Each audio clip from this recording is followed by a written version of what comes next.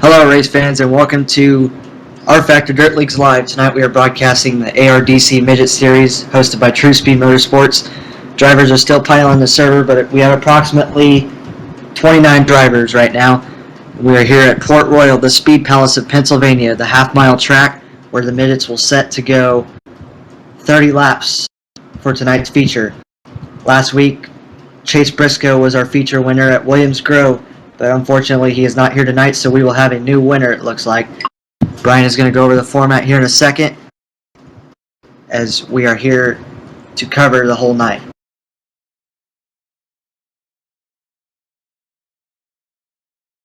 Here we go with the format. Once again, now we have moved it up to 30 cars so far in the server, and that should put us at 4 heat races with, I believe, 8 cars in 2 of them and 7 cars in the other 2. If I'm correct, we will have 5 cars out of each heat race. The top 5 cars out of each heat race transfer to the A main. Anyone who did not finish in the top 5 of their heat race will have to run a B main. It'll be the top 6. Top 6 out of the B main will go straight to the A main. You didn't make top 6 in the B main, you're gonna have to become a spectator for the A main. This format is a little. You're gonna have to hang with me here. I get a little confused on this. It's quite different. From the TruSpeed website, the heat race lineups for week 2 will be determined by inverting the total points accumulated by drivers who compete in week one. So that would mean if Chase Briscoe, if he was here, he would start. If everyone who showed up last week was here, he would start last in a heat race, if I'm correct. And drivers who did not compete in week 1 will be divided evenly in number of heat races, starting behind high point average of each heat. And the unique part about this format is it kind of changes week to week, because they have, which I'm not sure if the actual sim series is using it, but there are handicaps, and it goes very into detail, which we don't really have the time for, but we're just going to dig into the basics of tonight's format. Yeah, Brian, a very interesting format indeed. It changes up quite often, but like I said earlier, we are here tonight at the Speed Palace, and we are going to interview someone really quickly before the action gets started that lives 2 hours approximately from the Speedway. He goes there quite often, is what he told us, so we're going to get a word with him and see how tonight might pan off for him. Alright, if he is ready to go, we're here with Troy Wagaman Jr. He is, like we said, approximately 2 hours from the Speedway. He goes here quite often. Troy, our question for you is, the fact that you go here in real life, is that going to affect how you drive here tonight? Yeah, it should. I know how they like to work the track, and also it should help out. Now, we understand you are a Pennsylvania guy, and a lot of the tracks they are running in this series are Pennsylvania. Does that make you a bit happier to see that, or would you have rather got a little more spread out of a schedule? No, I like it. Gives me the hometown advantage. That's pretty sweet to hear. Well, how's your car running so far? I know we haven't started anything yet. We've just been doing practice, but how are you been running so far tonight? Well, I was 8th out of 30 cars. It's handling pretty good. A little loose in the center, but should be good. Alright, well, that's Troy Wagaman. He is from Pennsylvania, so we are hoping, or he is hoping to bring home a win tonight for his home state. We hope to get back to you later, Troy. Thanks.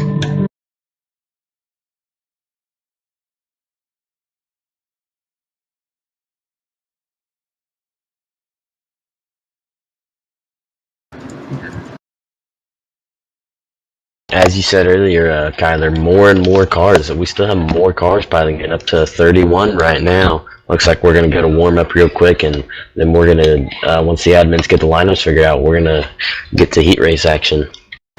Definitely. In fact, they ran a late model race before this race, so track might be a little more blown off from the late models.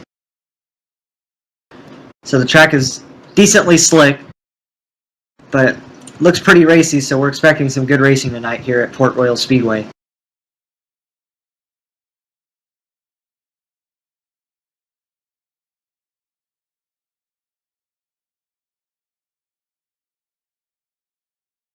drivers out on the track right now trying to get as little or as much practice as they can right now before we roll to racing here.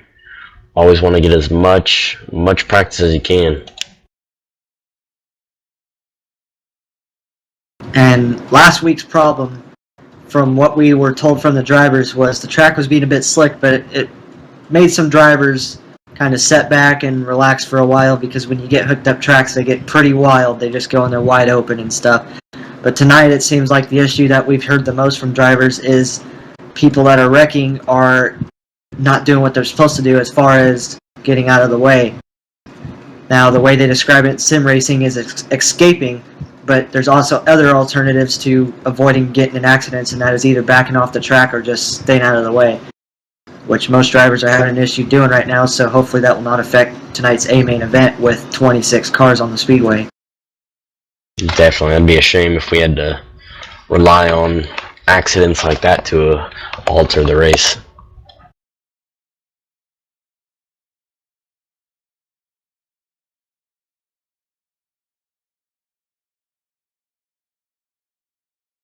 We only have one race in the book so far this season, but we're gonna go ahead and go. We have the top 10 in points for you real quick here.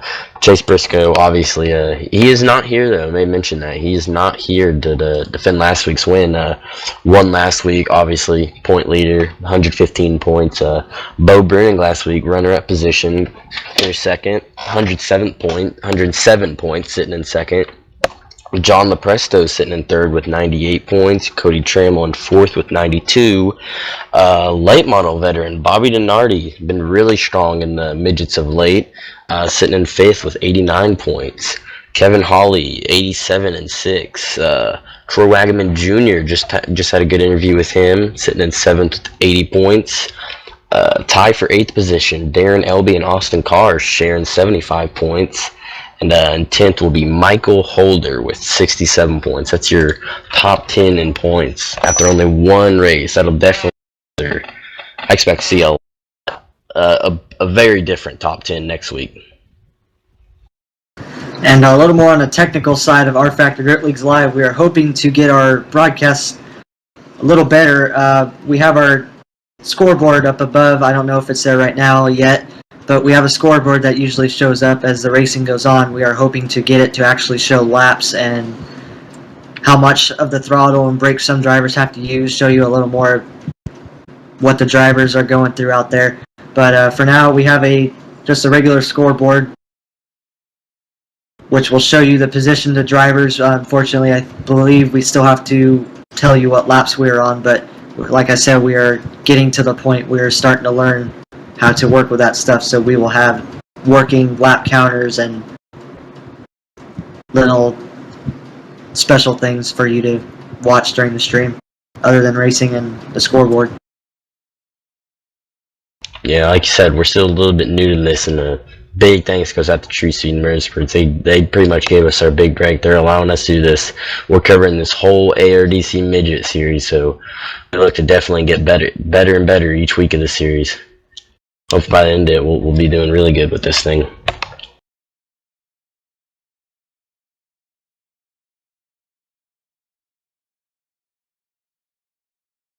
Not too sure what we're waiting on at this point of the night. We are 30 minutes late to the starting time, but the initial start time was, I believe, 8:30 Eastern, or excuse me, 9:30 Eastern. We got moved back to 9 due to the late model here before. Ran a little bit late. The A feature had a couple cautions in it. Ran late a little bit. So, and then here we are it's 10 Eastern. Not sure we're gonna get this thing rolling or not. Just waiting on word from the admins or lineups.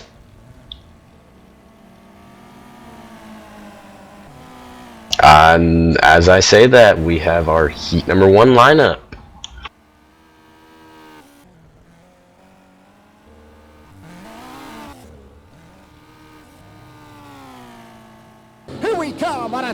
Heat number 1 staging on the front stretch. We are looking to get the first green flag of the night. Meanwhile, we're going to go ahead and give you the lineup as everyone starts to get situated. Starting on the pole tonight in the 24 Motorsport car is going to be Dale Grother. Outside of Dale is going to be Peyton Pierce out of Texas in the Team D-Back car. In third place tonight will be Dalton England in the England Motorsports car. He's out of Illinois. Starting fourth tonight, outside row 2 in the Keystone Crew car will be Nick Cooper. In fifth, in the TruSpeed Motorsports car, it will be Bobby Dianardi. Outside of Bobby will be Jonathan Danley in the Felker Motorsports car. And then starting seventh will be Tyler Beekner in the Tyler Wolf Motorsports car. Outside of Tyler will be Joshua Gaiman in the Danny Lendich Motorsports car. And then rounding out the field will be Adam Gowitzka in the Wilkie Pack Motorsports car. Peyton Pierce getting a little anxious going down the backstretch, gets ahead of the leader. Leader sets the pace, so we're hoping the start will be good. Another interesting thing about this track, the Flagson is at all the way at the end of the straightaway, as you can see it right now. And we are going green. Dale Grother with a great jump on the start. See if the admins are going to call that one back. I don't really see a reason to call the start back. Like you said, the finish line. Oh, Peyton! Peyton Pierce loses there, brings out a caution, spins it down the backstretch off the exit of 2, collects someone. We are having a restart. That would be the one and only restart we have tonight, or in this heat race only. We have one restart elected by, if you need a restart, a driver is allowed to call just one restart at the beginning of each race if you call it before the completion of the first lap, which luckily Jonathan Danley did there.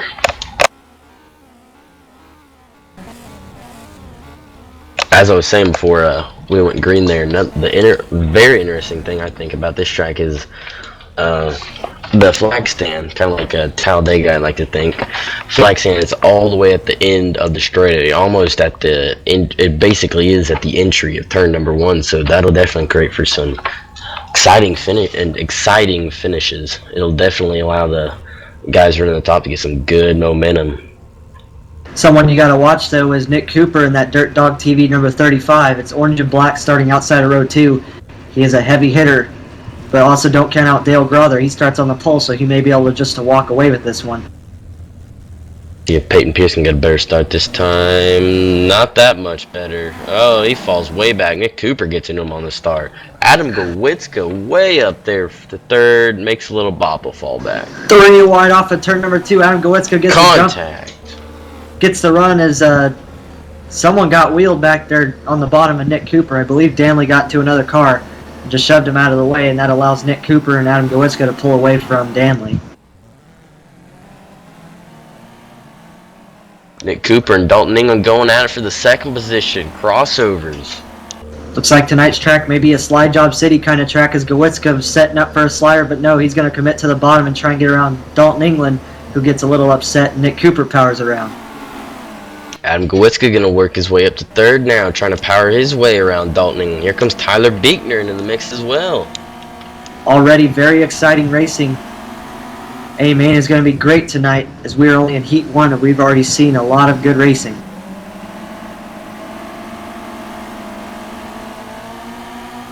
Dale Grother just only 3 laps in, just 5 laps to go already. This one big time. Joshua Gaiman gets sideways. Bobby Dianardi catches his left front, and Joshua climbs the fence and goes up on his side. He is not going to finish this one. And that'll bring out a caution too. Dale Grother not one to stand at all, just pulling away from Nick Cooper in second. And that will set us up to go green at the halfway mark. 4 down, 4 to go. Halfway at the half mile.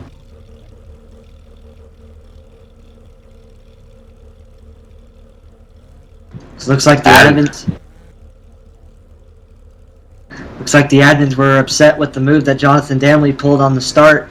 Like we mentioned earlier, when Nick Cooper, Adam Gowitzka, and another driver went 3 wide, Danley wheeled somebody, and they ultimately ended his race. So he's going to get scored with last place points in this heat race. Adam Gowitzka, look out for him. He's definitely on the move. Started in dead last position in 9th. And he's already up to third. Hey, he had a great start. Tyler Beekner as well, one to look out for, started 7th, already up to 4th.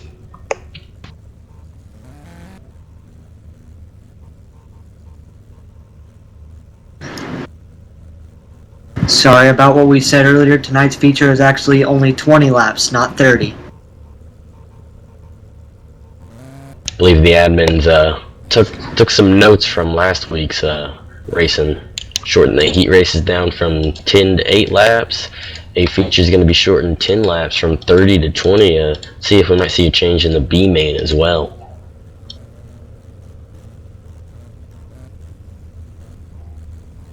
I believe the pace car is going to duck off this time. Pace car ducks off in turn number 1 at this track, and yes, it will.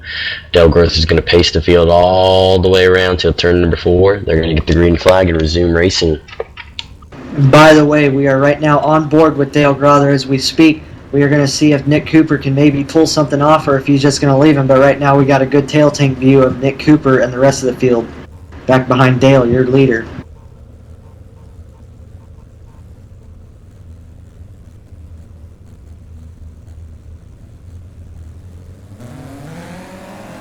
Dale Groth, a great jump there. Nick Cooper not let him get too far ahead though. Although in the mid-pack, Tyler Beekner kind of got caught sleeping on that restart and maybe got 3 car lengths behind Adam Gowitzka going down the front stretch. Dalton England almost passed him but had to back off. Cooper using that high side momentum. He's going to pull right beside Gerther. Gerther's going to chop him off a little bit though. Great race for the lead. Oh.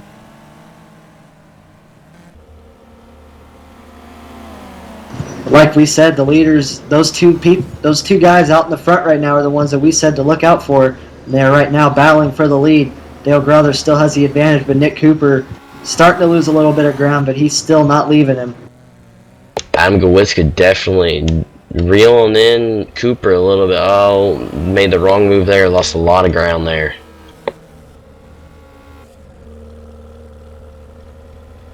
This time by, the white flag will be in the air. White flag for Dale Grother. One more lap around the half mile for heat number 1. Nick Cooper trying to diamond off the corners maybe to get a run, entering on the high side, coming off on the bottom. It looks like it's helping just a little, but this time he commits to the bottom, slides up to the top, and that's going to cost him. Not enough time to catch Grother. Dale Grother will win heat number 1 here at the Speed Palace, Port Royal. Nick Cooper finishing 2nd. Adam Gowitzka going to take home 3rd. Tyler Beekner is going to take home 4th. Dalton England's going to grab that elusive 5th and final transfer spot. Bobby Denardi is going to be the last car to finish in 6th, with Joshua Gaiman in 7th. Peyton, and you said earlier, Jonathan Danley getting kicked from the serval. He'll be credited to finishing 9th. Really quickly, while we got some downtime, we're just going to go over the finish once again really quickly. Your winner of heat race number 1 was Dale Grother. 2nd, Nick Cooper. 3rd, Tyler Beekner.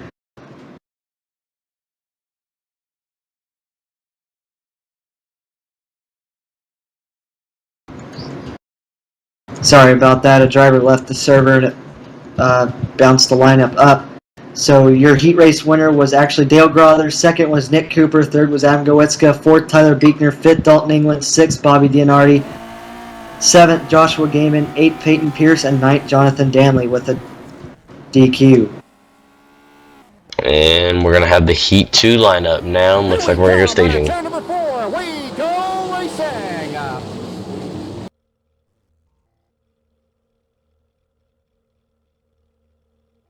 Starting on the front row, on the inside will be Colt the Shocker Dyer in the Tony Stewart racing car. To his outside will be Jason McDougall in 2nd. Cody Hartlub and Austin Carr will make up row 2. John LaPresta will be inside of row 3. Justin Brester to his outside in 6th. Dalton Dietrich will be in 7th. Corey Wenzel will be in the 8th position. And Jordan Mitchell will be rounding out the field in 9th. 8 laps to distance. Another Dirt Dog TV car out there, Cody Hartlub.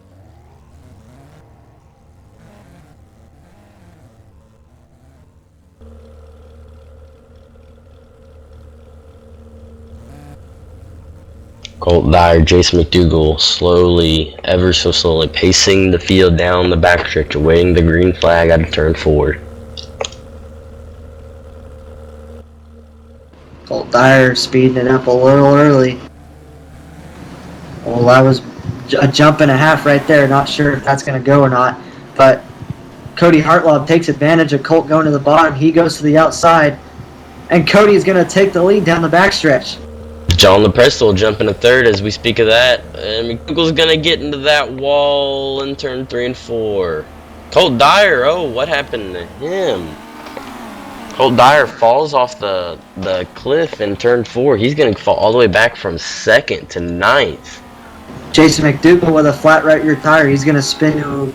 He's going to try and keep it going, but I mean, with a flat right rear, you can only do so much. I believe Colt Dyer got some damage there as well. He also spun it there. Wow, the whole front row, one lap in, and your front row first and second starters are 8th and 9th, the dead last in this heat race. Did not expect to see that one.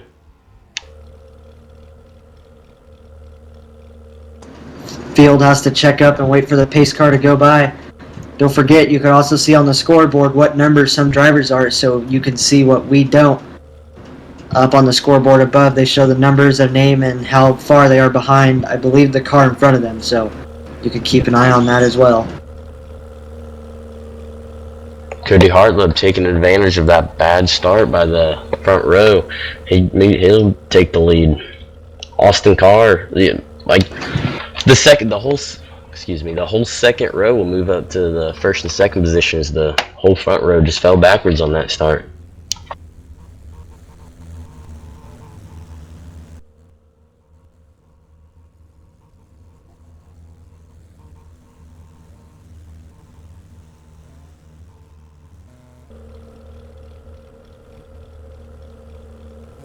Gonna make one more on this long half mile. We're gonna see this a lot during the schedule.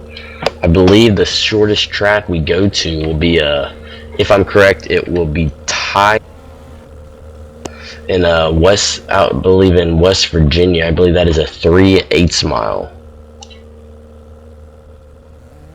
And like you viewers already know, biggest track we go to, a very long and very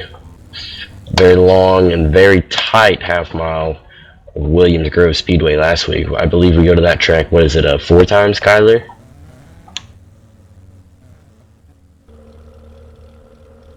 Not 100% sure. I know we go there at least 3 times, and we've already been there once, so approximately 2-3 times left over there.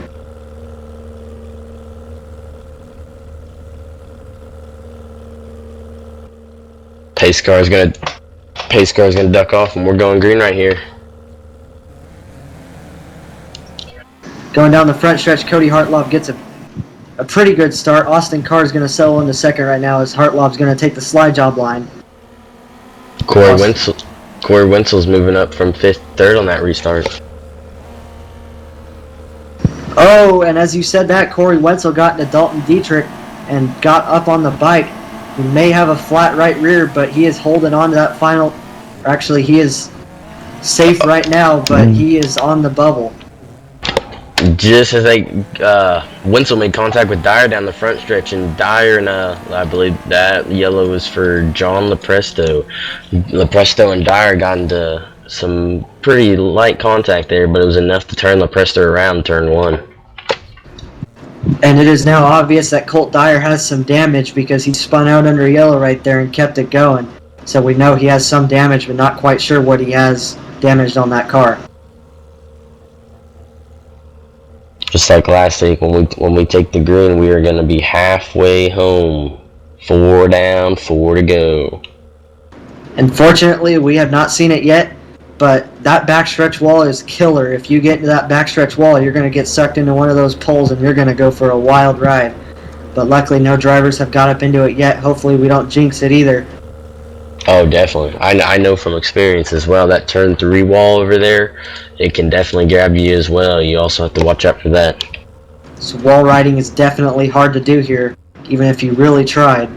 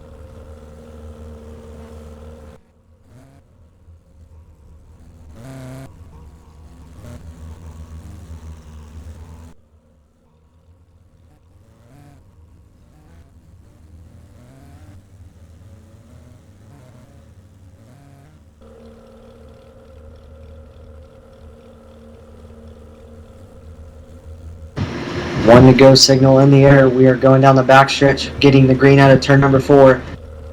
Austin Carr may be looking to pull off the heat win if he can get a slide job or maybe a run on Cody Hartbob on the restart.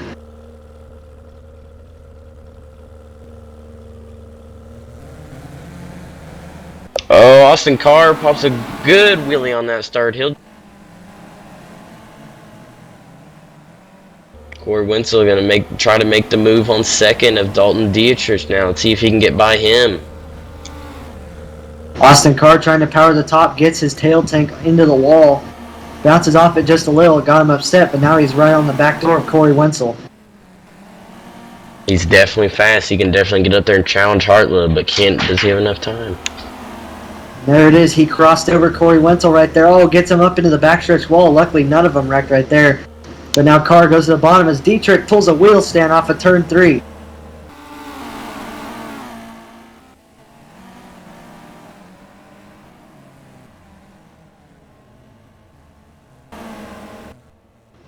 Not sure if you saw that, but Austin Carr got up in the fence running in the 4th spot and went upside down, went for quite a tumble. So his heat race will be over right there. Cody Hartleb will take the white flag right there. He's checked out from Dalton Dietrich. And luckily for Colt Dyer, that's going to put him in the final transfer spot right now after coming from the front row all the way to the back. He now has a shot to make it in this A.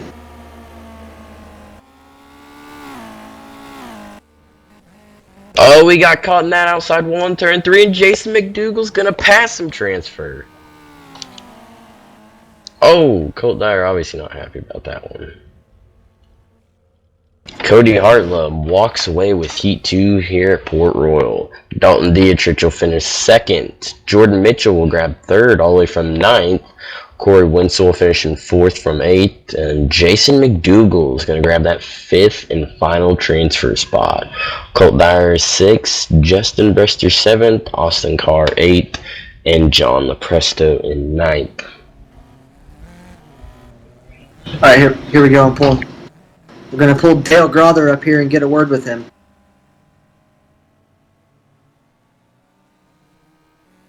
Here we go with your heat race number 1 winner right here, Dale Grother.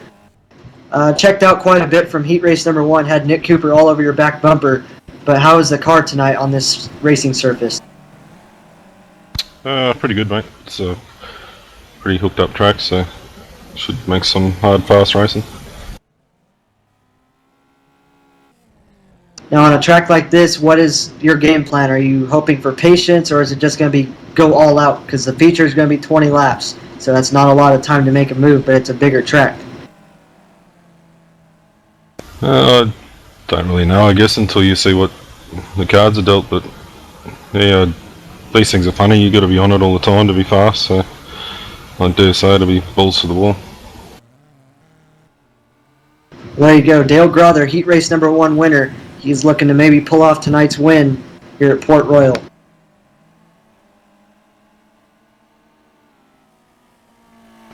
Now we're here with heat race number 2 winner, Cody Hartlob.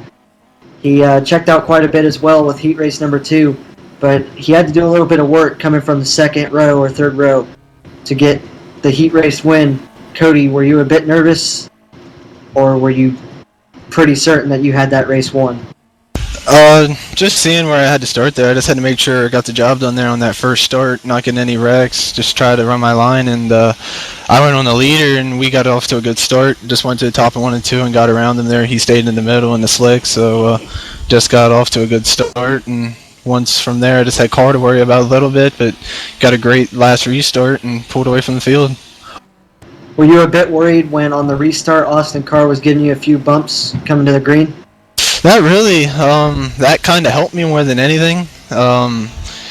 It gave me more drive coming off of 4 to get grip to get going, and that's why I kind of rode a nice little wheelie there, and car got out of shape, and it just worked out in my favor. Well, there you go. Cody Hartlob, heat race number 2 winner. He's looking to maybe also pull off a win.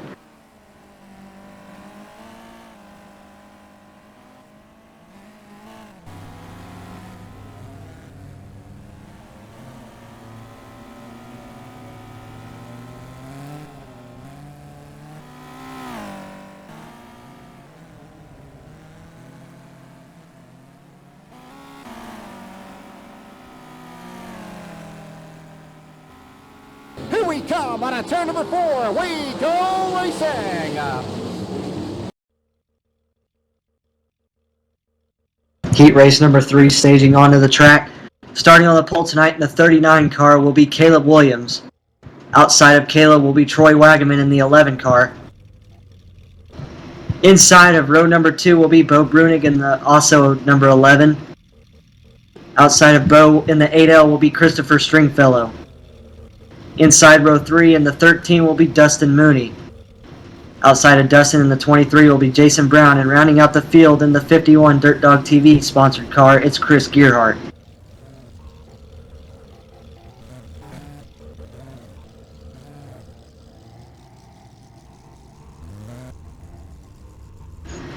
Dirt Dog sponsored cars looking to be are already very impressive tonight. We got the cars dialed in. Now we got one starting in the last row. Let's see maybe if he could pull something off as well. They already have a second place in Heat 1, a Heat win in Heat 2, and now looking to pull off maybe another win in Heat race number 3.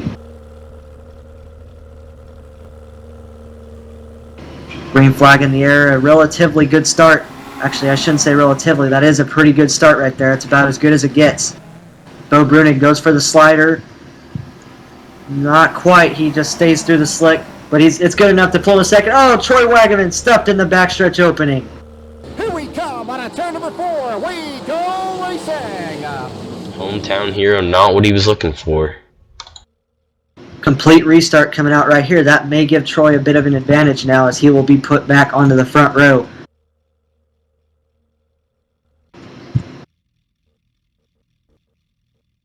Not sure if he actually got help going into that opening, but I just saw a car flying in the air, and next thing you know, it's Troy Wagaman.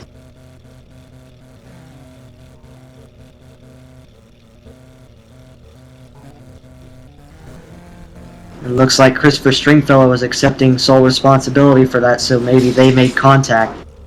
I doubt it was intentional, but racing on this track can sometimes get a little bad.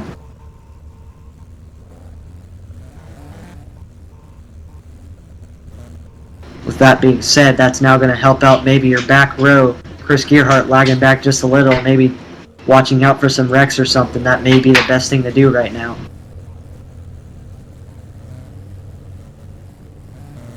We're going to go on board with your third place starter of Bo Brunig. Green flag back in the air. That start wasn't quite as good. Dustin Mooney goes straight for the slide job and plants it in the fence in turn 1. He's going to lose 2 to 3 spots. He is now in the 7th spot, and he's way behind. Jason Brown got a good start right there. He now moves himself up into the 4th spot.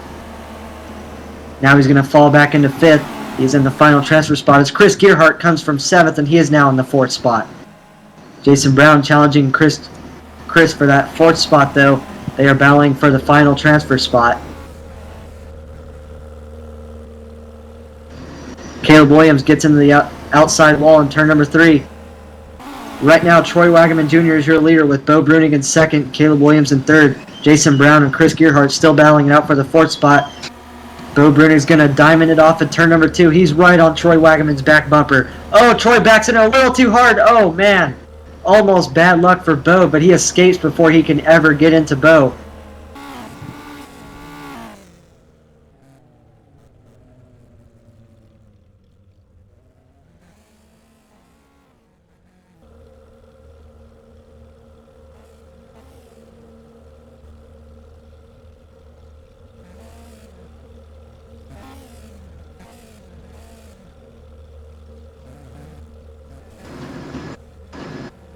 Not sure whether or not not actually sure what happened to Caleb Williams. He was running in the 3rd spot, then all of a sudden was all the way off the track in turn number 4.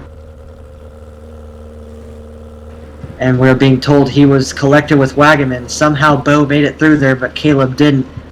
Not sure how that went about, but fortunately for Bo, that's going to put him now to restart on the pole, and unfortunately for Caleb, he now has to start at the tail of the running cars.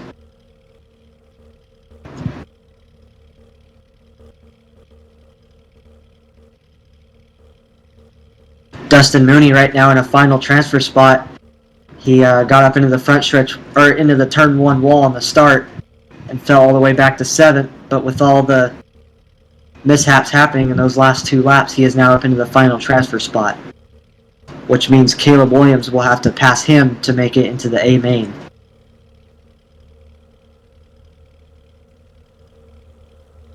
Christopher Stringfellow in the 4th spot right now. He is looking to make it straight into the A. And someone we haven't really talked too much about yet is Jason Brown. He started in the 6th spot in this heat, and he's already up to 2nd. Maybe he can challenge Bo for the lead here on this restart, as we have 6 laps to go. When the green flies, it will actually be 5 to go, so we would be halfway done.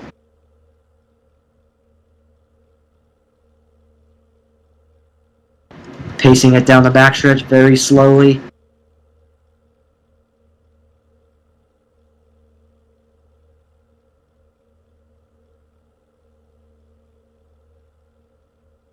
Green flag back in the air. Jason tried to get a jump on Bo, but didn't quite get that to stick. Bo's going to yard him going down the front stretch, but not by much. Stringfellow is going to hold on to the 4th spot as he got challenged by Dustin Mooney right there. Everyone pretty much staying in their positions, but Chris Gearhart's going to move into the 2nd spot. Jason's going to try and fight back through the middle and slide up to the top. They are still side by side at turn number 4. Jason Brown looks like we'll beat him at the line for 2nd.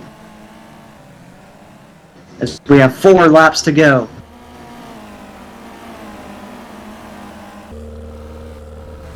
Stringfellow and Mooney battling for that final transfer spot. Mooney throws a slider on Christopher. He gets up into the wall, though. That didn't quite slow him down too much. Oh, he gets to the wall again. Holger Red comes off the ground when he got to the wall. And now we have a 3-way battle for the 2nd spot. Caleb Williams looking to sneak his nose in there between Jason and Chris. Jason still committing to the high line. Chris Gearhart. Oh, Bo gets to the wall and he's upside down. Your leader, not quite sure what happened. He was gone. Wow, that is Heartbreak City right there.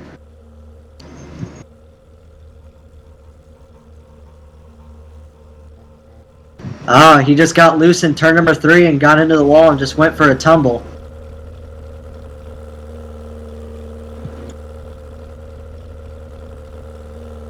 So that means everybody running on the track right now is looking... Yes, they will all make the A that are left on the track. Unfortunately for Bo and Troy, they will have to come through the B main. I'm sure that is what Dustin Mooney wanted to see after his mishaps on the last lap before the yellow.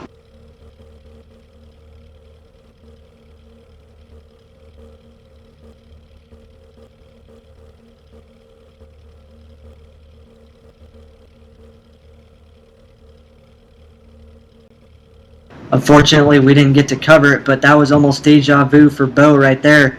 He was running the bottom at Belclair on Sunday, got all the way up to the 2nd spot, and then when the yellow came out, he got into the opening in the infield and lost his left front tire. So, very unfortunate luck for him these past 3 nights. Maybe he can recover later on and still pull himself up to the front of the A. Oh, and he's saying his game minimized, so... even more Heartbreak City right there. Looking to get the 1-to-go sign as Chris Gearhart will now lead this restart. Looks to be a green-white checkered unofficially. Jason Brown still in the 2nd spot, Caleb Williams 3rd, Christopher Stringfellow 4th, and Dustin Mooney in 5th.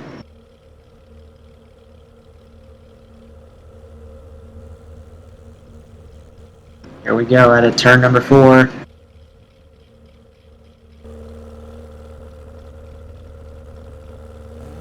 Green flag is back out. Chris Gearhart gets a good start. Jason not letting him get too far away though. He's going to go straight to the top. Gearhart going to throw a slide job line right there. But it's going to work for him. He gets quite a bit of distance over Jason, at least enough to where Jason can't throw a slide job. And he goes to block right there as the white flag will come out this time by. Jason, within striking distance, can't really do too much rather than pass him clean. Gearhart leads down the backstretch. Into turn number 3, Brown gets a little upset, but this may help him right here. No, looks like it's all Gearhart's race. Chris Gearhart will win heat race number 3. A good night for Dirt Dog TV Motorsports. Jason Brown will end up 2nd, Caleb Williams 3rd, Christopher Stringfellow 4th, and Dustin Mooney will end up 5th. I believe he flipped across the line too, so he'll have some repairs to make. Not finishing this race will be Bo Brunig and Troy Wagaman Jr., which will have to come through the B main to make this 26 car A main for 20 laps.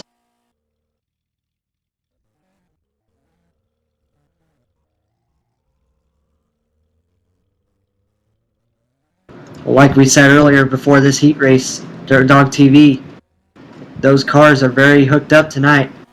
Chris Gearhart came from dead last, which would be 7th place all the way up to win heat race number 3. So right now they have 1 second place finish and 2 heat wins. In fact, we are going to try and get a word with Chris momentarily. And we are here with Chris Gearhart, your heat number 3 winner. Chris, your Dirt Dog TV cars are hooked up tonight. You got a 2nd place finish in heat 1, a heat 2 win, and a heat 3 win now. Is tonight just luck for you guys, or are you really good here? Being that most of us are from Pennsylvania, we kind of feel like we have kind of home turf to defend, and we're doing what we need to do so far to defend it. So cars are handling good, it looks like, and proud of everyone and how they're doing tonight. Well, yeah, you guys are very impressive tonight. Cars are flying, but the thing I should ask here is, what's the game plan for tonight's main event? It's 20 laps, but it's a half-mile track, so is it going to be a patience game, or is it going to be go for it? I think it's just like every other race. You know, you just go in and you anticipate the first couple lap wrecks and just be there at the end so you can capitalize on mistakes if they're made, and if not, then you just got to drive with your head on. Well, right now, you seem to be the hard charger of the night, coming from 7th to win. This should place you guys in the front of the A main, if I'm not mistaken. So you guys should be good to go for tonight's main event. But is there anybody you all would like to thank for your team? I'd just like to thank Dirt Dog TV, UDSRA, Keystone Crew, all the guys. They're doing a great job tonight, and glad to be finally getting back in the swing of racing here, and glad to see everybody doing well. There you go, heat race number 3 winner Chris Gearhart. We go racing.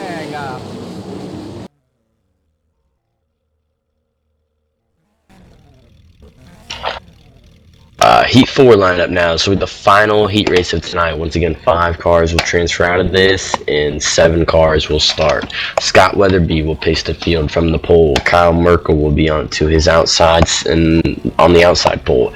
Kevin J. Hawley and Chad Elliott will make up row 2. Lucas Pajakovic and Eric will make up row 3, and rounding out the field all by himself on the 4th row will be Aaron Reitzel. Very interesting fact here. Looks like Lucas Pajakovic and Chad Elliott are in team cars right now. In fact, they're in the same car, so it's going to be a little bit confusing to depict the two. But Chad will be starting 4th and Lucas will be starting 5th. Maybe see a top 2 sweep for those team cars.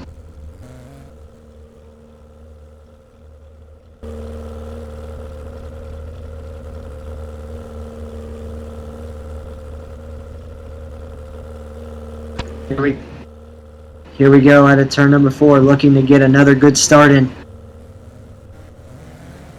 And it's all decent. Kyle gets into Scott Weatherby. Oh man, contact all over the place. Weatherby gets the worst of it. Everywhere. Oh, Lucas tried the diamond in the corner and gets into the back of Aaron Reitzel. Not sure if we're going to get a restart. Looks like the yellow flag is out.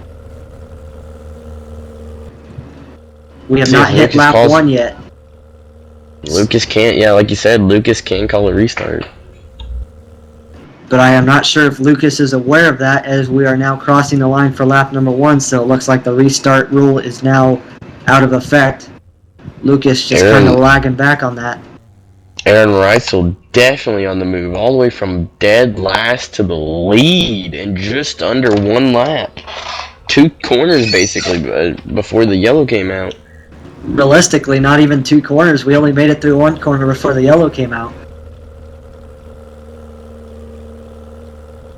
But looks like Lucas's heat race will now end, as he was spun over there in turn 2, the original reason for the yellow coming out.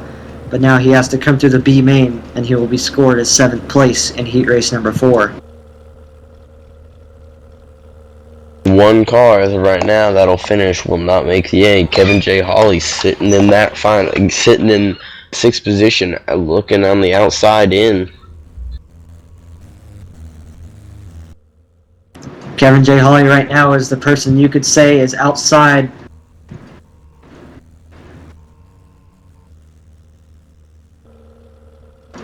Excuse me, my mic turned off right there. Kevin J. Hawley is the person you could say right now that is at a party just looking through the window right now. He is 1 spot out. And he moves himself up in the 5th spot, maybe. Nope, he is just letting Scott know he's there.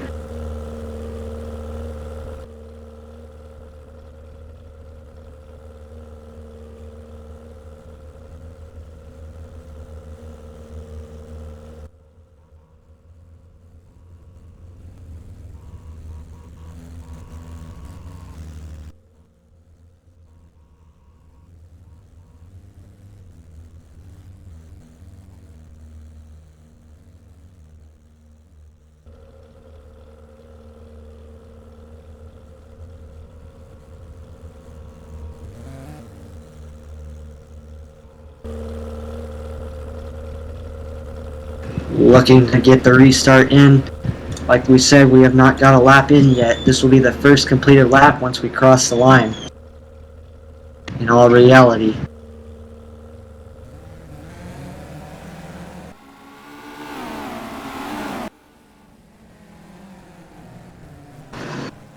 We are back in green. Aaron Reitzel is going to go back to where he was, leading down the backstretch. Chad Elliott challenging him, though. Chad's going to lose a little bit of ground right there, but he is going to pull a slide job line, maybe reel him in a little bit. We saw that was a fast line earlier, but also diamonding the corner is another way to get good.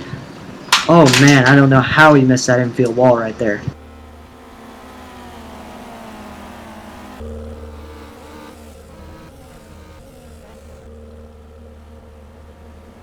Aaron gets up into the turn 3 wall, bounces off it a little bit. That allows Chad a little bit of a leniency. He's going to try and stick his nose under. Aaron doesn't quite get it there. Meanwhile, Kevin J. Hawley is now up into the 3rd spot. Maybe he can get to your top 2 and challenge them for the lead. And Eric Wood has went ahead and escaped out, so everyone that is still running on the track right now has made the A main. Only 5 cars left on the track. Chad Elliott definitely cheating the track. He is getting up in the infield almost in turn 1. That can be very bad, I should say, if he keeps doing it and eventually gets into the wall. Kevin J. Hawley right on his rear bumper now, putting the pressure on him. Big diamond by Hawley.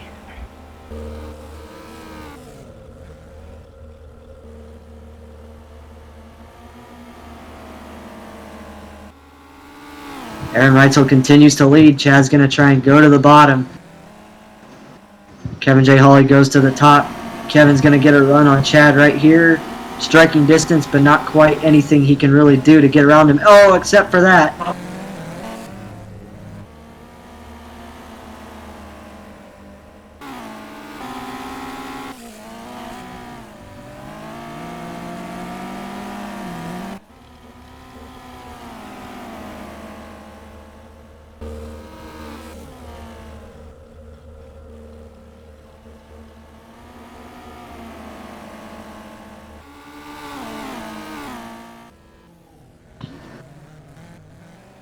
Your top 3 stay close together. Scott Weatherby is now crossing the line, so he was quite a ways back. Kyle Merkel now crossing the line right now. So the field got pretty spread out a little bit.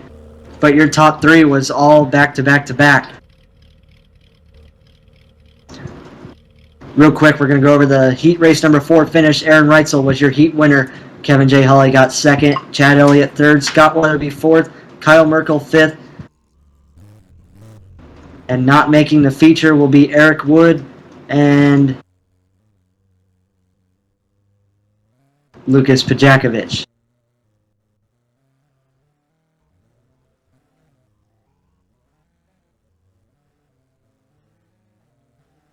And that will conclude all of tonight's heat race action. 4 heat races, top 5 out of each heat race, locked in the A main. 20 cars, as of right now, set to duke it out for 20 laps, but I don't know how many cars we're going to have in this B main, but we're going to believe we'll have about 10 cars stuffed into a B main, be about 10-12 laps at this half mile. Top 6 out of the B main will fill out the final 3 rows of tonight's 20 lap A feature.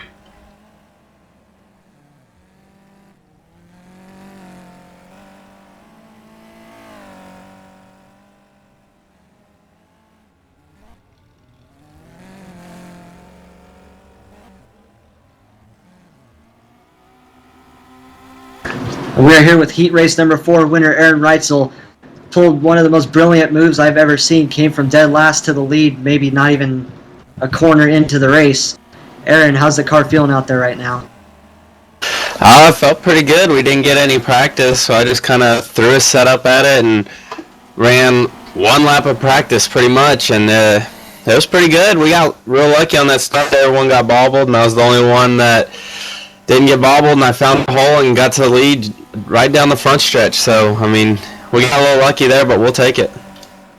This is a question I haven't asked anybody, but as everyone was jumbled up right there, was that just one of those things where you were just going in there with your eyes closed hoping it stuck, or did you know what you were doing? I was watching. I was ready to get on the brake if I needed it, but luckily I didn't have to, and I just got to drive right on through. Well, yeah, you definitely impressed us over here from dead last to win. We also saw it in heat race number 3, so this track is very racy, and we're hoping to see some good racing. But I've asked everybody this already. Is it going to be one of those patience games as the feature is 20 laps and it's a half-mile track? Is it going to be a patience game, or is it going to be go for it and try and get the lead as soon as you can? Well, I think it all depends on where you start. I mean, if you're sitting 8th on back, I think you better go for it. If you're sitting up farther, maybe just wait 5 or 6 laps and then try and go a little bit harder. But I don't know where I'm going to be. I don't know how the format is, but I know we'll drive it. We'll drive the wheels off of it from lap 1. There you go. Heat race number 4 winner Aaron Reitzel looking to pull off the win tonight. And B main's going to go to staging right now. We have we'll have 10 B main, 12 laps, top 6 transfer. Starting on the front row will be Bobby Donardi on the inside pole. Colt Dyer is going to be on the outside pole. Starting second row will be Bo Bruning on the inside. Joshua Gaiman to his outside. Justin Brester in 5th. Joy Ragaman Jr. in 6th. Fourth row, Lucas Bajakovic on the inside. Austin Carr to his outside. Rounding out the field in the final row, Peyton Pierce, 5th row inside. John Lepresto in 10th, 5th row outside. 10 cars, 12 laps, only 6 get to go. If you don't make top 6, you're going to sit in the stands for the rest of the night. And you know, Brian, someone that we talked to last week, he was a pretty nice dude talking to him. We actually got to interview him because he was on the podium. But John Lepresto starting dead last in this B main. He's definitely a gasser, but right now he has a long way to go if he wants to win. So John Lepresto right now is starting in dead last. We'll see how far he can get up. Colt Dyer lagging back a little on the start, see if he can get up there for the green. I wouldn't call that a jump on Bobby's fault. Colt lagging back a little bit there, but nevertheless, we are green. But the only issue about a track like this with these long straightaways, when you mash the gas like some of these guys are, they're pulling wheel stands, getting squirrely down the front stretch. So that is a major issue. Oh! Colt Dyer, some kind of lag issue or something. Not quite sure what happened. Start though, luckily. Lucas Pajakovic gonna fall out of the B main though. He's gonna leave the game. Looks like we're gonna be down to 9 cars. Only three cars not gonna make it here tonight. See if Dyer can get up there on the start this time. Lagged back a little that time, and want to call that Bobby's fault. Bobby's fault there. Just Colt wouldn't get up there with him.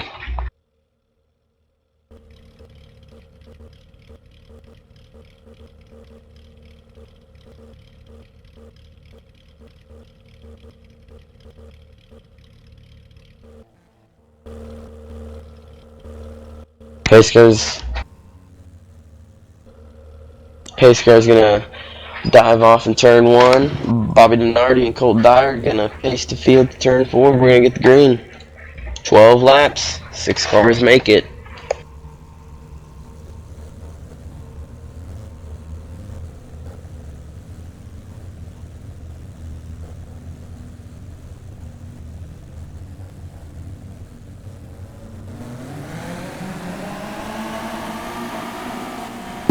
Little bit of a better start there. We are green. Bobby Denardi's gonna lead him down the backstretch. Colt Dyer's right on him. They're about 2-3 wide down there, or out back there in the back of the pack. Excuse me. Colt Dyer's gonna diamond the corner off. Got a good run. Denardi just had a better one. And this is already a good race. The majority of the field taking the outside, but I see a few cars working the bottom, and it's not too much slower. So right now it looks like the majority went to the bottom that time. Slide second place. Colt Dyer right now getting a little aggressive, hopped the wheel right there, and then got into the back bumpers. Oh man, a bunch of contact up there in front of the field.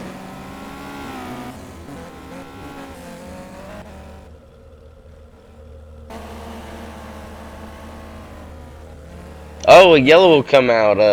Just as the yellow come out, Bo Brunig had a great run off of 4. Not sure who's gonna be scored in the lead there. Could either be Brunig or Denardi.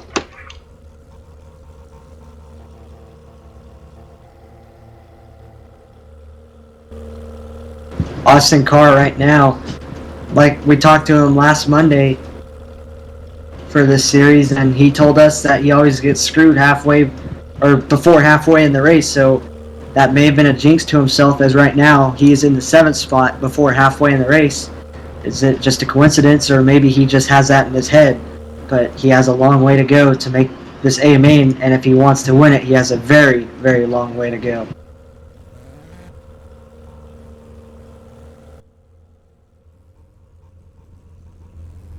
But yes, like I was just told, Austin Carr did tell us on Thursday night when we were at the Dirt Series race that he's good in sprint cars, but when it comes to midgets, he always seems to get the short end of the stick. So we'll see maybe if he can pull that stick back and get the longer end.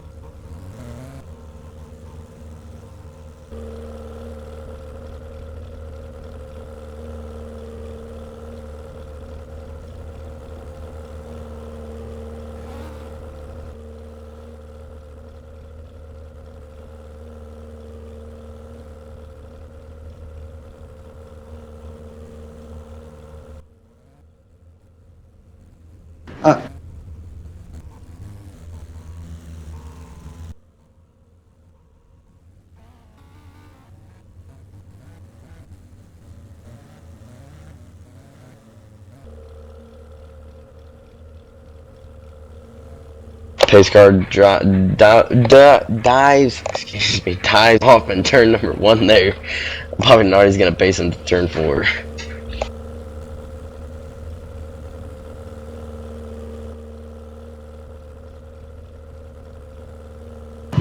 we go at a turn forward. Green flag back underway for the B main. Oh, Austin Carr hopping Peyton Pierce's wheel on the restart, trying to get a jump.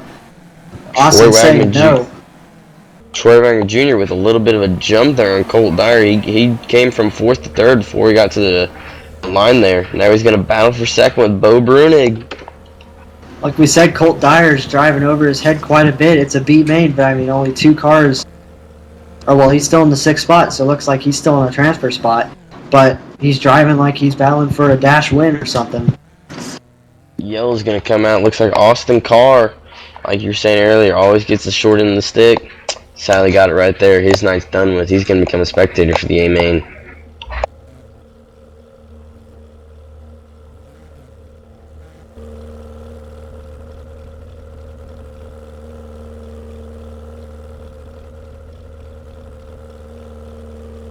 Well, we got a little bit of downtime. Be sure to follow us on Facebook if you haven't already. We have our schedule and soon to be our logo. Thanks to Tim Hunt, we are getting some logos made for R Factor Dirt Leagues Live. To follow us on Facebook, our URL is facebook.com/RDL Live. That is facebook.com/RDLLIVE. There are 2 L's in that URL.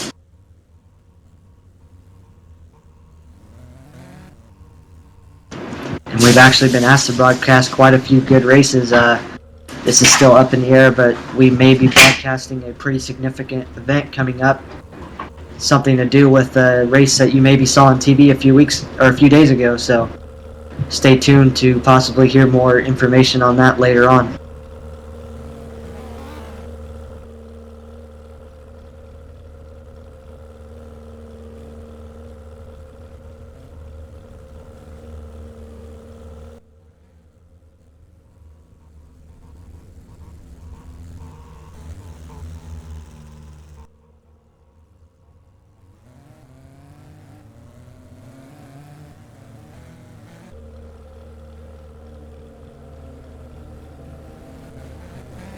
Pace car ducked off. We are getting the 1 to go sign down the backstretch. A relatively fast pace Bobby Dinardi is going to lead us to.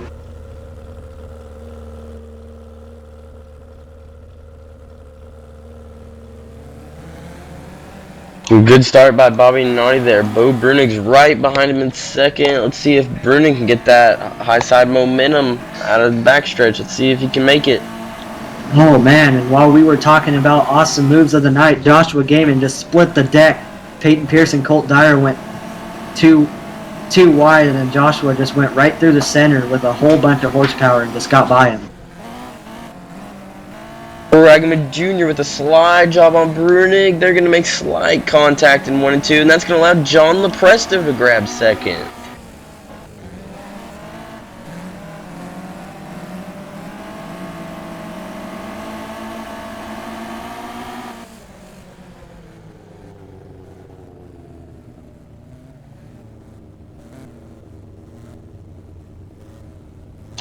Don't know what just happened there. I think we might be having our leader, Bobby Dinardi, has left the game. He's done for. Guess we're having technical problems there. Just because it is sim racing does not mean we do have our technical difficulties, as we say. We're racers blow the engines, tires come off sometimes our Wi-Fi just gets shot. Sometimes maybe that might happen to Bobby Dinardi there, lead and dropped out of the D main. And Joshua Gaiman really wanted to see that because right now he is going to make the main. He got upside down on that maybe 1 to 2 laps before that yellow came out, and with Bobby dropping out, he is now in the final transfer spot, and the remaining cars will all transfer. So it's just a battle of position right now. Yeah, that last car, Bobby, with him escaping out, if you're on the track right now, you're good to go. You're in the A main. Pretty much all you're battling for right now is how you're going to line up in the A main, which basically, to put it in perspective, Joshua Gaiman would be starting 26th and Colt Dyer would be starting 25th with their current order.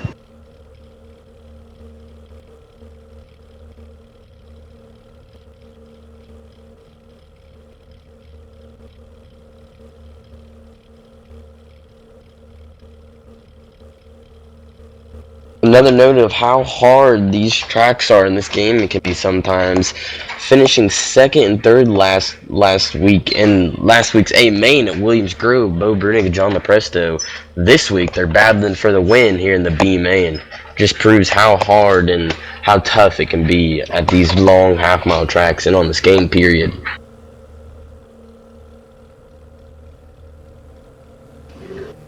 Green flag back in the air. Oh, Bo Brunig gets an awesome start right there, to say the least. John Lepresto took off. Bo timed it right. Bo's going to go straight to the top. They are side by side. Lepresto throws a mini slide job right there. Bo crosses over, and they are side by side still. Bo's going to drop down to the bottom, check up right in front of him just to get him a bit upset.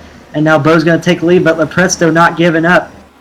Colt Dyer's moving up to 4th. He's gonna try and see if he can catch this lead pack. Troy Wagon does a slide job on Bruning. He's going to cross him over. Bruning almost makes contact with Presto, but he'll remain in the lead. See if Wagaman's going to throw it. No, he will run the bottom. This is midget racing at its finest right here. Bo Brunig running the top to diamond it off. Wagaman all over him. He got pretty spaced out right there, but Troy's committing to the bottom, possibly to reel in Bo right here. We still have 4 long laps here at this half mile. May seem very little, but at this long half mile, it's quite few.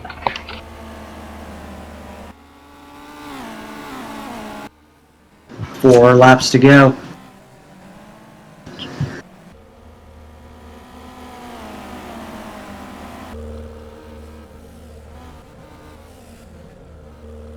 Looks like most of the drivers going to the top that time by. Troy just kind of following Bo right now, hoping he can maybe run it better than Bo is. They're starting to file out now as we get more laps in on this green flag run. Troy Wagon Jr. almost completed the slide job there in 1 and 2. Couldn't do it, lost a lot of ground. Bo Brunig. Brunig hits his marks here. He'll easily have a B main win, excuse me. And like I was stating earlier, and I hate to say it, but Colt is still bouncing off the walls and everything. I'm not sure if he knows that he has a transfer spot locked up, but he is just damaging his car worse every lap. They do call him Colt the Shocker Dyer. He's expected to do anything, anywhere, at any time. And sorry about that, but that was actually the finish right there. Winning the B main will be Bo Brunig. Finishing second will be Troy Wagaman Jr., third John Lepresto, fourth Colt Dyer, fifth Joshua Gaiman, and sixth Justin Brester. Seventh with a DNF will be Bobby Dianardi. Eighth will be Peyton Pierce. Ninth will be Kyle Merkel. And unofficially 10th will be Austin Carr. So once again, really quickly, transferring to the main will be Bo Brunig, Troy Wagaman Jr., John Lepresto, Colt Dyer, Joshua Gaiman, and Justin Brester. They will all tag 21st through 26th in your feature main event.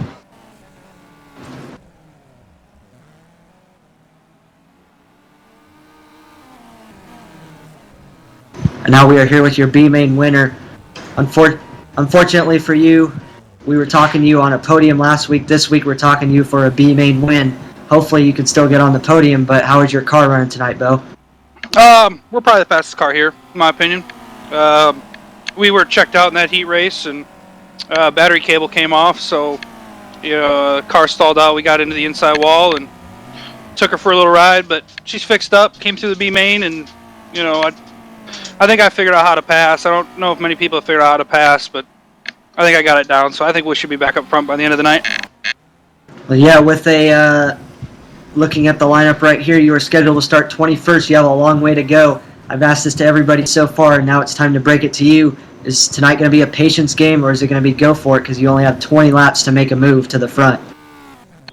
It's going to be a little bit of a patience game. I mean, I burned through the right rear tire there in 12 laps, so you're going to have to be a little patient. You can't go all out, but starting that far back, we're going to have to be pretty aggressive. But I think with it being a tough track around the top, we got the car set up. We can get it rolling around the bottom. I think we can gain a lot of spots around the bottom early, and then we'll have to move up top second half of the race and hopefully pick them off one by one. There you go. There's your B main winner, Bo Brunig. Hopefully we'll be talking to him maybe later tonight with a podium finish. He will start 21st in the main.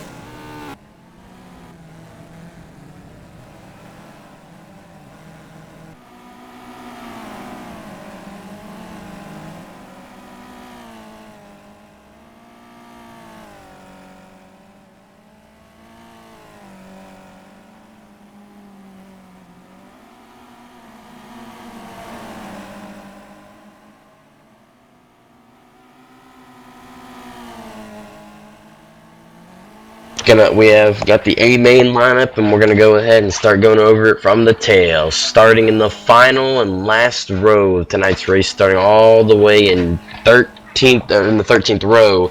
26 will be Justin Brester, 2 ends inside, and 25th Joshua Gaiman. These are all B main transfers. Keep that in mind. Starting out. On turn number 4, we go racing. 24th will be Colt Dyer, 23rd John Lepresto, 22nd Troy Wagaman Jr., 21st Bo Brunig, Kyle Merkel and Dustin Mooney on row 10, row 9 Dalton England and Jason McDougall, row 8 Christopher Stringfellow and Scott Weatherby, row 7 Tyler Buechner and Corey Wenzel. Starting in the 6th row will be Caleb Williams and Chad Elliott. From the 5th row, Adam Gowitzka, Jordan Mitchell. In the 4th row will be Jason Brown, Kevin J. Hawley. And then in the 3rd row will be Nick Cooper and Dalton Dietrich. In the 2nd row will be Chris Gearhart and Aaron Reitzel. And then on your front row, it will be Dale Grother and Cody Hartlaub. Within your whole top 8 right there, you have all 3 Dirt Dog TV cars. So, like we said, they were impressive, but this is a very stacked top 10 right there. So this is going to be a good race. 26 cars, 20 laps. Round 2 of the 14 scheduled ARDC Midget Series hosted by TruSpeed Motorsports about to get underway from Port Royal Speedway.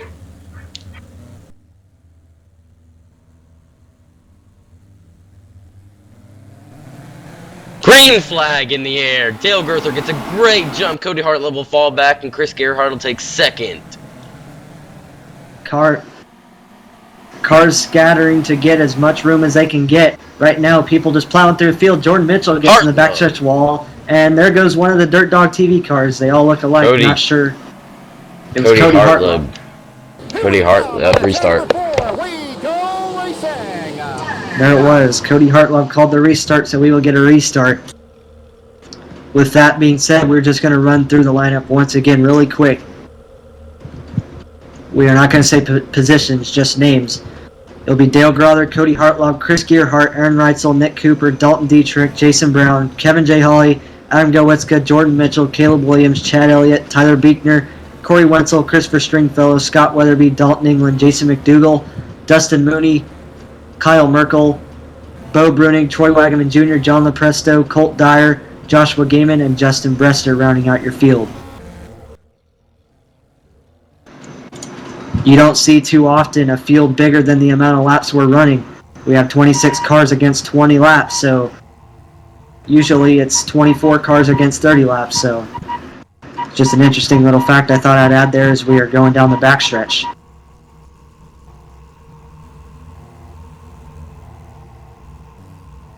Somebody installed a horn on their midget and they're going horn happy. As they go down the backstretch, stand up on your feet. Show these drivers your appreciation tonight. Into turn number 3.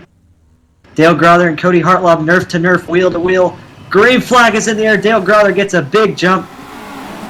Oh, somebody's contact in the mid-pack. We got all kinds of trouble. Huge wreck. I didn't know we were at Daytona International Speedway tonight, but I guess we are. The big one here at Port Royal Speedway. Looks like another and restart. That is going to cause a restart.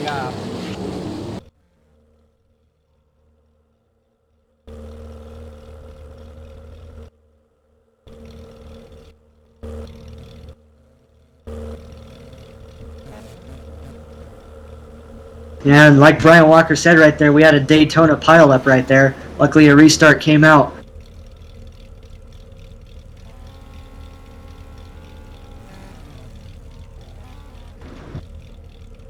In a little bit of a jokingly tone, that was kind of funny to watch. Unfortunately for the drivers, that's going to cost them. But, I mean, I've never seen anything like that. Troy Wagaman telling us that hurt so bad because he pulled a Doug Esch. Not sure how he's referring to that, but Doug Esch one night at Williams Grove flipped and hit the bridge, so he's definitely torn some stuff up if that's what he's referring to.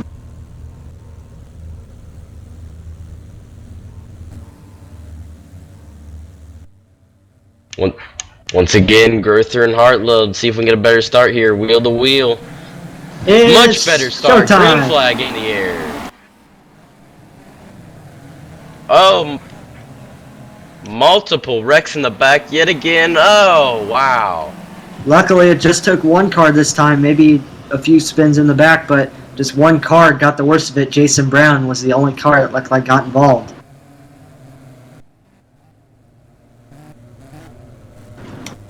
It looks like we already had 2 cars out of the pack, so now it's an original full field of 24 cars. Scott Weatherby and Dustin Mooney will end their race not even on lap 1.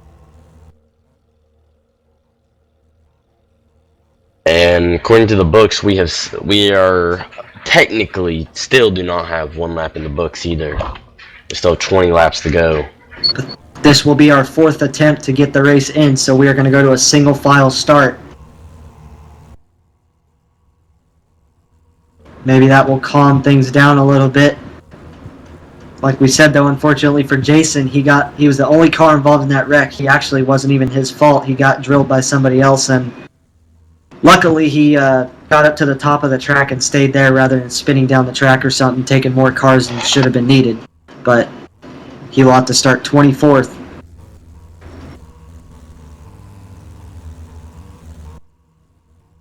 Trying to get the field single file and situated. Some drivers having a little issue finding their position.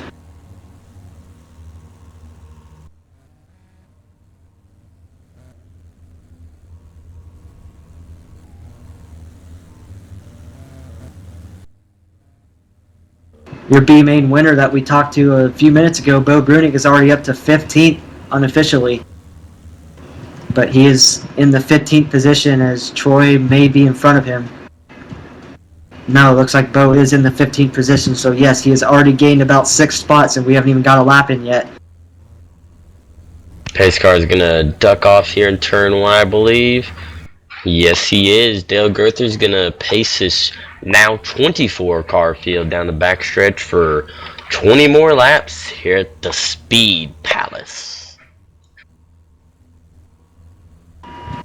And like we've been saying all night, 3 out of your top 5 cars right now are all dirt dog cars, so they may be able to pull a game plan or something to get this win, maybe even a top 3 sweep.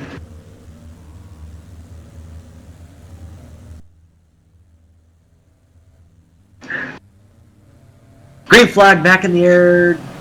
Yes, green flag back in the air. Nick Cooper gets a ways back. Checked up a little bit in the top 4, and he just got a little jumbled up on that. But Dale Grother going to go back to the lead. He's being challenged, though, by Cody Hartlove. Chris Gearhart settling in the 3rd position. Hartlove all over Grother. Oh, huge wreck. Hartlove gets into Grother, loops it around. Oh, man. Big wreck right in front of the entire field. Wonder how many cars that knocked out. Hopefully Aaron Reitzel is okay. Took a bad head-on collision and hit him so hard it threw him right upside down.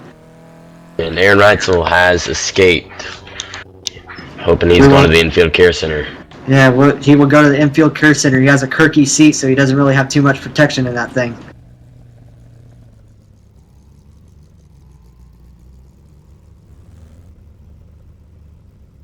Pace car.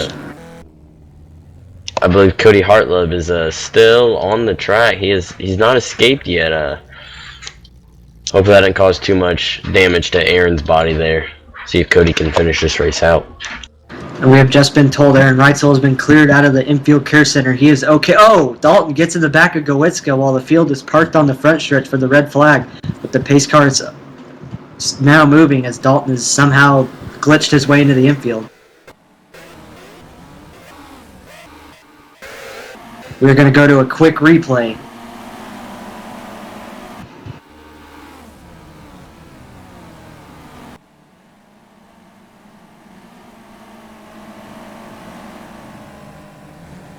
Hartlove just throws in there a little bit too hard. Gerther came down a little bit. Hartlove gets into him. Like you said, Hartlove taking a bad head-on collision. Oh, also collecting Dalton England there. Another car, I believe that was Adam Gowitzka. But now we are here with Aaron Reitzel. He has been cleared out of the infield care center. He is okay. How are you doing, Aaron? Oh, just fine. Cody Hartlove spun out in front of the field. He cries about everyone else driving stupid, but he's the biggest jackass on the game.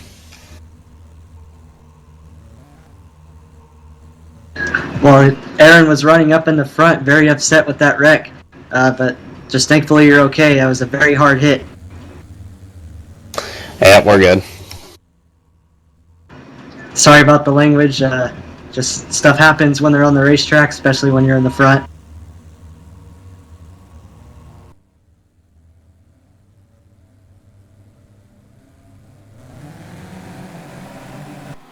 Green flag back out in the air. Dale goes back to the lead. Chris Gearhart in second, Nick Cooper third, Jordan Mitchell fourth, and Chad Elliott fifth going into turn number 1.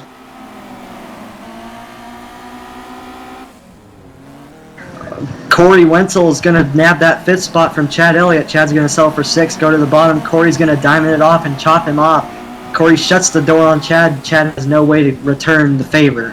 Look who is hard charging tonight. Bo Bruning up to the 8th position. And, well, as I say that, he is flipping, as is Corey Wenzel down the backstretch. Flips everywhere. Tyler Beekner on his roof. Corey Wenzel on his roof. Bo Bruning on his roof.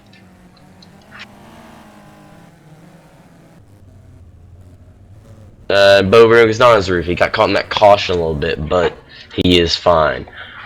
Corey Wenzel caught that, like you said earlier in the night, that outside wall down the backstretch is an absolute killer. It will reach out of nowhere and just grab you and tear your car to pieces.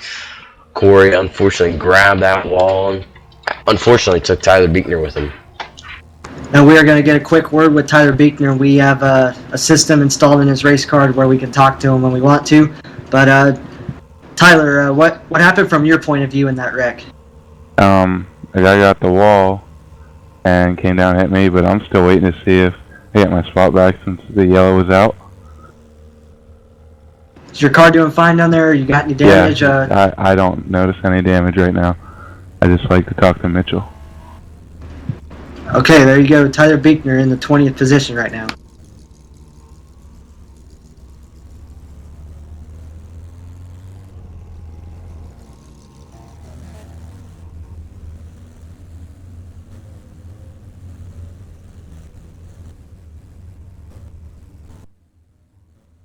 Like I was saying before that caution came out there, one to definitely look out for. Bo Bruning is on the move tonight.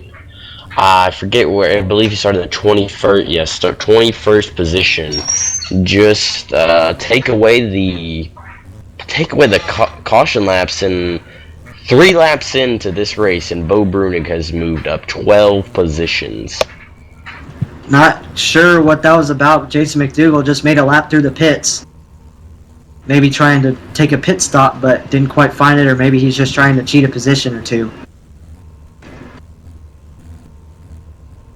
Pace car dove off there. We're going to go green right here. Turn number 4.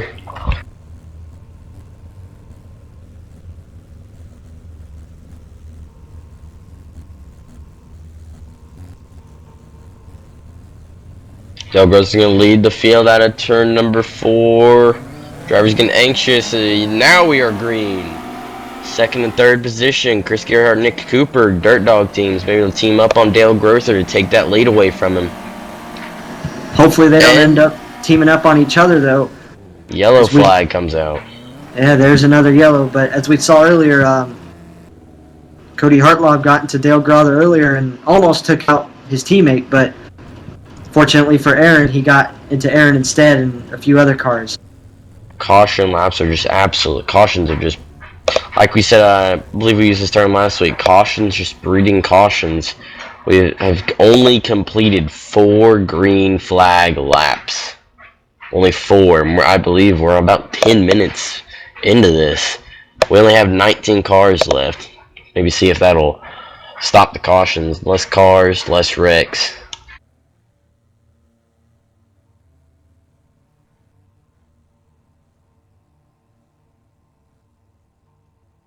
We're going to try and get a word with another driver that is now out of the race. Hopefully the pace car is not yet pulling off.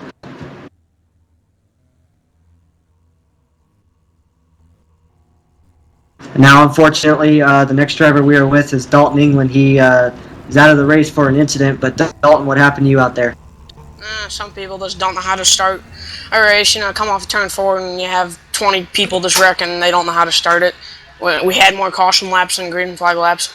Make it through a turn and the caution comes out, but whatever. I guess that's what goes around comes around. Just like we said earlier, some very heated statements going on, but there's a lot of incidents going on right now, and with the drivers in the front getting collected, it's just starting some controversy as we are only on lap number 3 or 4.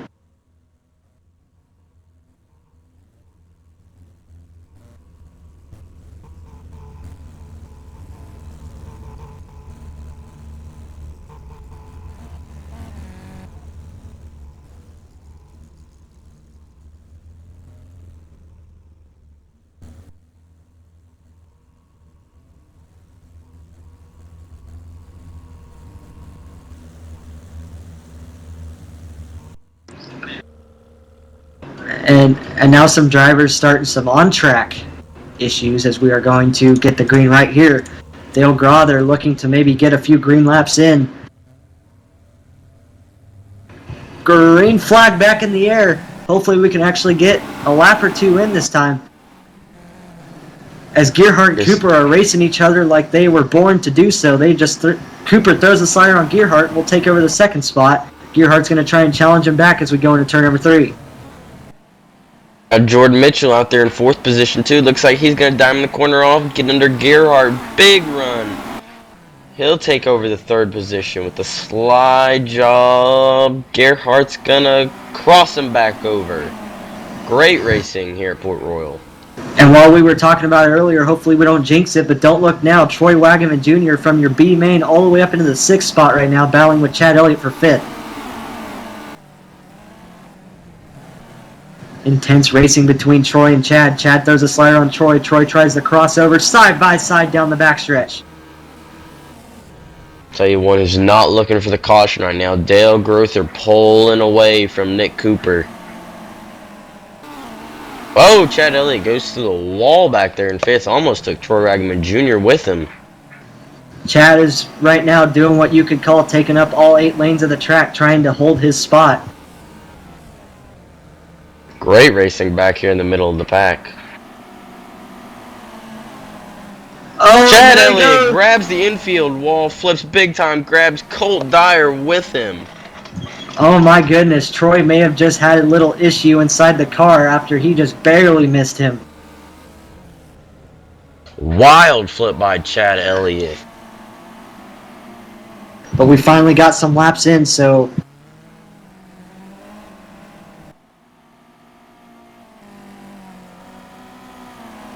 No caution on that incident. We're still going green. Chris Gearhart reeling in his dirt dog teammate of Nick Cooper in 2nd. We talked to Bo Brunig earlier. He is now up into the 6th spot. He got by Troy earlier. Not sure if he's maybe conserving his tires or what he may be doing, but whatever he's doing is working so far, as long as he just stays out of trouble. And we have just after we finally got some green flag laps in, we have 9 to go now, or 8 to go as the leader crosses the line. It is a half mile, so you do have a little bit more time than usual on most tracks. You still can't wait too long to make your move, especially if this race goes green. Dale Grother will walk away with it.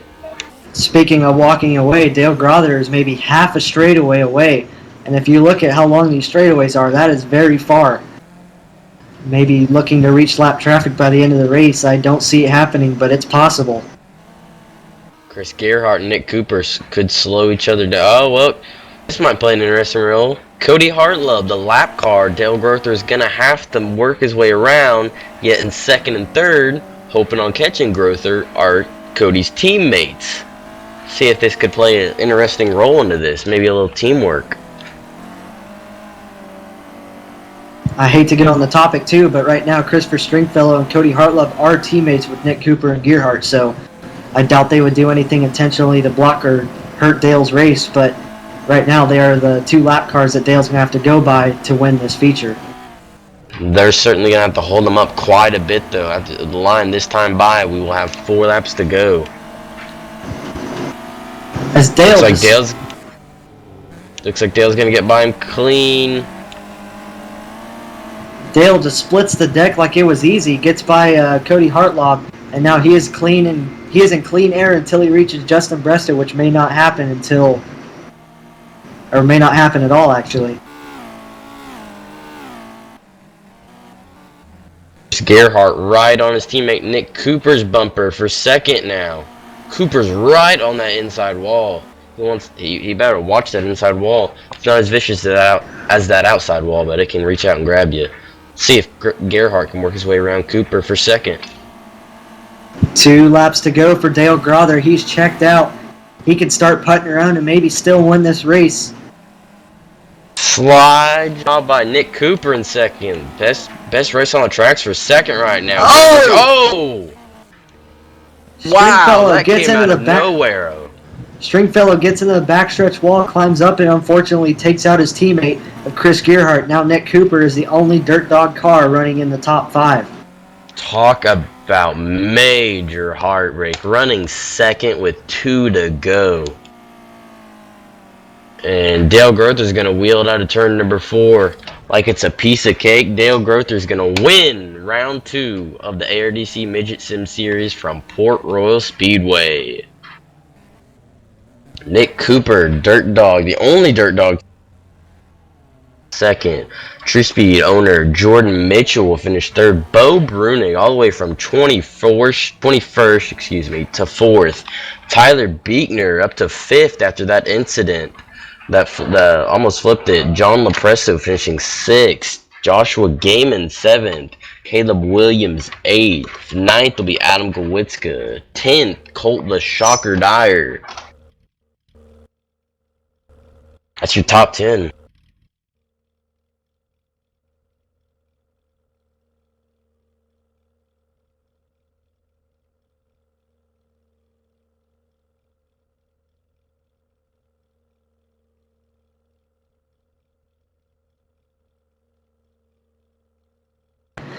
And we're going to get a word with our third place finisher tonight, Jordan Mitchell. Unfortunately ran into some issues on the first starts, but luckily with a few restarts and yellows, he made himself all the way back up to third. Jordan, were you a bit cautious with the wrecks that were going on, or how'd you do it? Well, with as many yellows and crashes, it was just, you just had to survive pretty much. Which sort of is true. We started with 26 cars and ended up with 13, which 10 were on the lead lap. But, Jordan, how were your tires when the race came to an end? I saved about halfway through. My tires were pretty good. Now, in fact, you are the ARDC Midget Series owner. Where's our next race supposed to be at? Winchester Speedway in Winchester, Virginia. All right, well, that was your third place finisher of Jordan Mitchell. We will be here to cover that Winchester race, so be sure to tune in next Monday.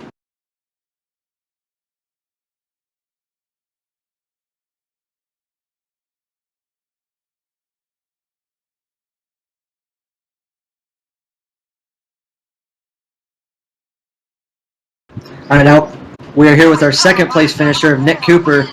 Nick, it was actually quite interesting watching the Dirt Dog TV cars battle it out with a few issues with lap traffic and an ultimate contact with the leader. How did it feel to be the only Dirt Dog car to actually be in the top 10?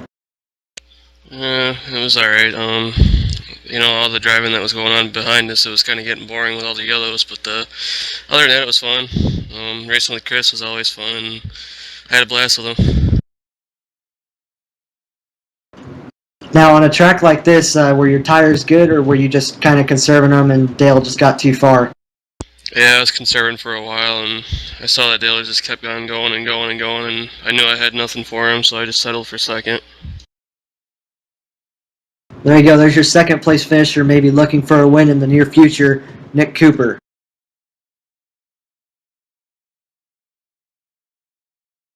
Now we are here with your feature winner tonight. He is out of the 2 races in the ARDC Midget Series. We have had 2 different winners.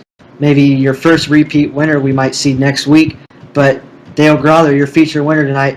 Dale, you led every lap out there. But do you think it's a coincidence that Chase led all the laps last week, or is it just the fast guy starting in the front just leads to you checking out?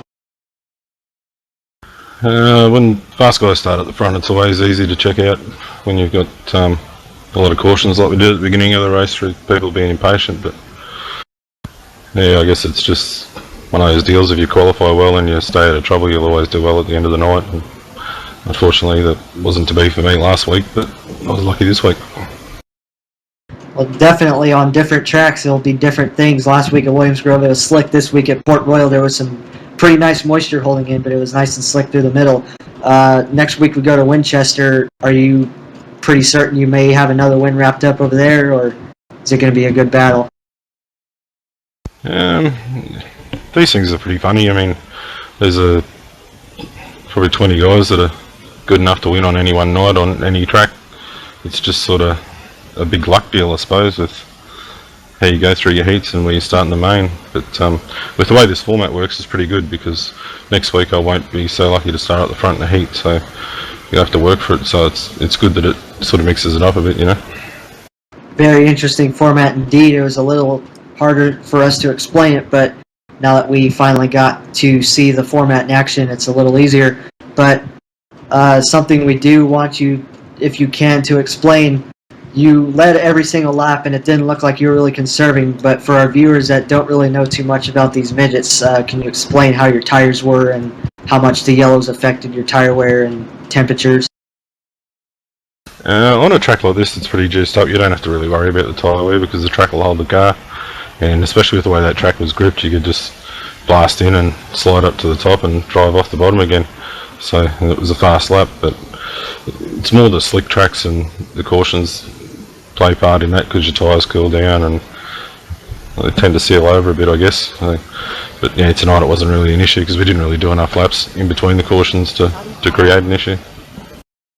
There you go. There's your feature winner, Dale Grother, looking to repeat maybe be the first repeat winner of the ARDC Midget Series next Monday. And you saw it tonight. The action was totally different. We went from a slick track where they had to slow it down to get a good run to now where it was pretty hooked up to where you can just rail her in there and get a good run. But next week at Winchester Speedway will be another interesting show.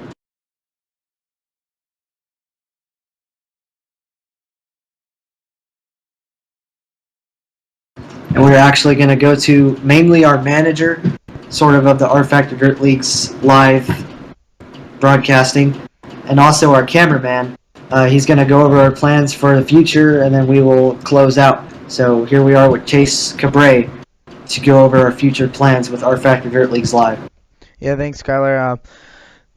We got some good things planned for you guys. Definitely going to hook up the lap syncs where you guys can be able to see the laps up there, but just trying to get better and better, looking to get a better computer here for much better quality and graphics and to help the stream out a little bit. Looking to also have some better overlays come on, like How's It Racing, where you can see how much throttle input they're having and how much brake input they're having, what RPM they're turning, and etc. like that. Just looking to get better and better each time, and really proud of these guys. They're making it look real good. But back to you, Kyler. Yeah, so we are just looking to get better and better as we go. The more, like in a race car, the more seat time you get, the faster you get. Ultimately, with this stream, the more experience you get, the better you get. So we are looking to improve. Here for signing off for Brian Walker and Chase Cabray, I'm Kyler Shaw, and we are R Factor Dirt Leagues live. Be sure and tune in. Thursday night, we will be covering 410s for the Dirt Series, round 6 of 8. And then we will be back again next Monday for the ARDC Midget Series for TruSpeed Motorsports. We hope to see you again later in time, and we are off.